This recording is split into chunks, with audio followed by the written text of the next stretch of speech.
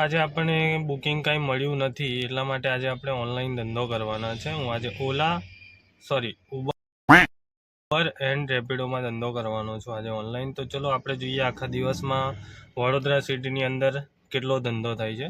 જો आइए देखते हैं बैठचंद मजा आएगा અત્યારે સમય થઈ રહ્યો છે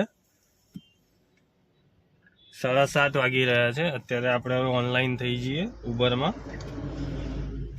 જો આપણે અત્યારે ઓનલાઈન થઈ ગયા છે.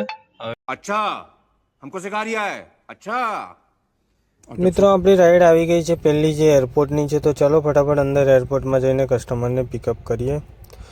ગાઈસ અંદર જઈને ખબર પડી કસ્ટમર તો છે જ નહીં, તે મારું પોપટ થઈ ગયું.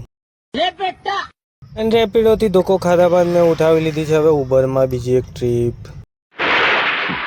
रस्सी जल गई पर बल नहीं गया. नहीं કસ્ટમરને પિકઅપ કરી લીધા છે. ચાલો હવે એમને પણ આપણે ડ્રોપ કરી દઈએ એમની મંજિલ પર. જો એમને ડ્રોપ કરી દીધા છે, બિલ બન્યું છે 350.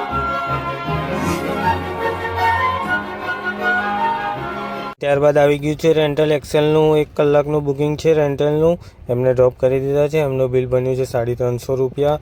બટ કસ્ટમર સારા હતા એટલે એમને ટિપમાં મને 500 રૂપિયા આપી દીધા. થોડો ટાઈમ વેઇટ કર્યા બાદ આવી ગયું છે પ્રીમિયમનું બુકિંગ. તો પહોંચી ગયા છે કસ્ટમરના ઘરે. કસ્ટમરને ફોન કરી દીધો છે અને કસ્ટમરને કીધું છે આવું છું. ત્યારબાદ પહોંચી ગયા એમની ડ્રોપ લોકેશન પર અને એમને મહિન્દ્રાના શોરૂમ પર ઉતારી દેવા. 233 રૂપિયા બિલ બન્યું છે તેમનું.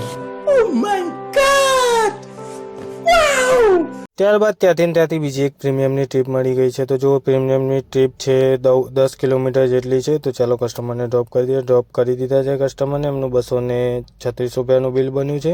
અહીંયા તેમને ડ્રોપ કર્યા છે આપણે.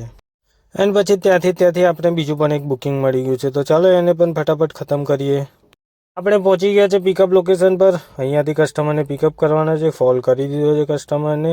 ત્યારબાદ કસ્ટમરને લઈને એમની ડેસ્ટિનેશન પણ છોડી દીધા છે અને અહીંયા એમને છોડવાના હતા. તેનું બિલ બન્યું છે 190 રૂપિયા. બટ કસ્ટમરે આપ્યા આપણે 200 રૂપિયા આપ્યા છે. ચાલો કરીએ તેનું ટોટલ.